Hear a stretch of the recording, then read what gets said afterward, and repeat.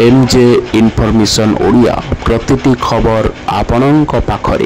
MS आमर ब्रह्मपुर पाखरे थिबा निकटस्थ दिगपहंडी पे एक सतर्क सूचना रही। आज कौन रही सतर्क सूचना? घोड़ाहाड़ डैम रु गेट खोल पानी निष्कासन पर। ठीक अच्छे डिटेल्स आम न्यूज डिस्कसन करने पूर्व जो मैंने आम चैनल को प्रथम कर विजिट कर सब्सक्राइब करने सहित ऑल नोटिफिकेशन को ऑल रखुँ जहाँफल आम डेली अपडेट होता ऑल खबर आपण पाखे सर्वप्रथम पहुँचो।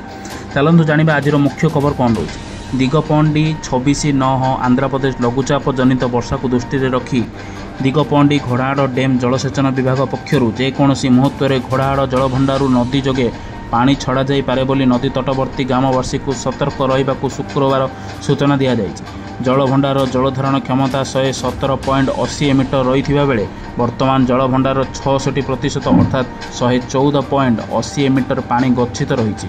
लघुचाप प्रभाव आहरी 2 दिन प्रबल वर्षा होबारु पूर्वानुमान कर लघुचाप जेकोसी मुहूर्त में घोड़ाहाड़ जलभंडार जलर क्षमता बहुत वृद्धि पाउछि।